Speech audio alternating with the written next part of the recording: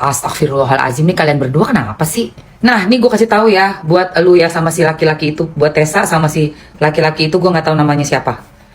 Oke, ini ya, menanggapi informasi yang disampaikan oleh Badan BPOM. Aku juga kaget ya, aku kaget ini produknya Doktif, karena selalu aku kan Doktif itu mereview karena dia tahu kalau ini overclaim, kalau ini kurang ini, kalau overclaim berarti tidak sesuai dengan apa yang tertera. Nah, aku tahu dia kan memang ahli ya, kalau berarti ya canggih ahli. Tapi aku kaget kok bisa sekarang produknya kena gitu loh. Tadi bapak itu Pak, benar nggak sih? Iya benar ya. Aku kaget karena, nah ini di sejarah baru ini kan Doktif yang mereview produk orang ini lu kena, ini lu ini lu begini ternyata produknya sendiri kan ada apa, kenapa? Nanti aku tuh bayangin kenapa seorang Doktif misalnya produknya yang bermasalah. Secara Doktif sama ini ngomongin atau mereview. Kenapa sih Doktif? Kenapa Doktif kok bisa jam 10 keluar itu BPOM-nya nggak mengizinkan produknya gimana? Kita udah bela-bela dulu nih, kan? Yang ini kita malu dulu lagi. Aku juga lah. Tadi Mas mau minta pendapat juga nih. Ya. Mas kan ini Dia kan tadi yang banget gue. Mas ini saat ini juga seorang kayak dokter review tapi ternyata produk sendiri juga desain sama BPOM sendiri. Astagfirullahaladzim, nih kalian berdua kenapa sih? Ini teman-teman, mereka berdua nih kenapa ya? Satu hal ya, sebelum kita menerima wawancara mengenai suatu case, tolong dikonfirmasi dulu kepada pihak yang bersangkutan. Contohnya, ini baru ada rilis dari BPOM dan dibahas sama dua orang ini, tapi hanya mendengarkan dari satu sisi, yaitu dari keterangan wartawan, which is buat keterangan wartawan kan juga ngeliat postingan kan lu bisa ngeliat sendiri postingan. Nah, kalau udah ngeliat postingan itu ada suatu berita, kan lu bisa tanya langsung sama yang punya barang, yaitu Doktif. Orang Doktif kenal kok sama kalian, ada di situ selalu. Kalian juga pernah foto bareng kan, gue yang kenalin Doktif ke lu, Buntes, di Miami.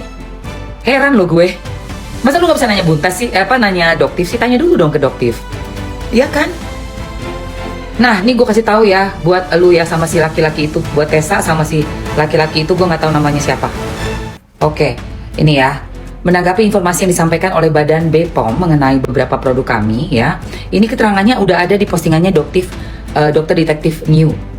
Oke, yaitu yang AAC Face Tonic AHA, AAC Day Cream with Brightener, AAC SB Oily, and Amira Derm Glowing Night Cream Series. Jadi pencabutan itu adalah pencabutan status izin edar yang dimaksud dalam pengumuman BPOM murni penyesuaian administratif. Ngerti nggak? Sampai sini ngerti? Harusnya ngerti ya. Ya kan sekolah semua kan dua-duanya.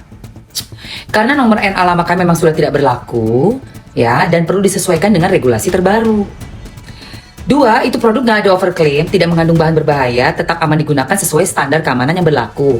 Dan yang ketiga, semua produk telah mendapatkan nomor notifikasi terbaru dari BPOM dan sudah kembali legal untuk diedarkan. Oke, aku bacain lagi ya. Karena siapa tahu nih nggak mau ngelihat atau terlalu sibuk kali ya, banyak job kan. Jadi terlalu sibuk juga buat ngelihat keterangan dari dokter detektif di akunnya. Mungkin karena terlalu banyak jobnya, jadi nggak bisa aku bantu aja gitu ya, nggak bisa ngelihat sendiri gitu kan. Ya tapi wawancara di wartawan gercep. AAC Face Tonic AHA itu dengan nomor yang lamanya NA18231201265 itu yang lama. Yang baru NA18251205937 itu yang baru. AAC Day Cream with Brightener NA1821011104294 itu yang lama, dan NA18250109653 itu yang baru. AAC B Oily yang lamanya NA18241700403 dan NA18251702044 itu yang baru. Amira Derm Glowing Night Cream Series yang NA182101170 itu 18210101701 itu yang lama, dan NA18250103420 itu yang baru. Jadi semua izin edar ini berlaku sebagaimana dibuktikan dengan sertifikat resmi BPOM yang dapat diverifikasi secara mandiri melalui tautan berikut. Silakan cari sendiri ya tautannya ya. Kenapa 4 produknya? 4 produk itu kenapa? Karena Doktif melakukan reformulasi. Ya, ada beberapa bahan yang memang ditambahkan, terutama bahan ceramide. Ya, satu bahan aja yang berubah itu NA-nya otomatis harus diganti. Apalagi ada 4 bahan, tapi itu bukan bahan-bahan aktif yang seperti niacinamide, Tranex, arbutin, retinol itu tetap. Tapi seperti bahan ceramide yang Doktif tambahkan, oke? Dan nggak cuma itu, ada beberapa produk ya yang memang diformulasikan tuh baru. nggak ada berbahaya. Seumur hidupnya dokter nggak pernah jualan produk yang berbahaya. Ya, ingat ya, itu ya. nggak pernah Ya. berbahaya, overprice, nggak pernah. Karena dokter seorang dokter. Oke, jadi gini ya teman-teman semuanya, para netizen followersnya Mamski, sebelum kita komentar sesuatu yang bisa disiarkan secara luas, secara masif, tolong bekali diri dengan fakta dan data dan konfirmasi, atau kita mencari lagi berita dari yang bersangkutan.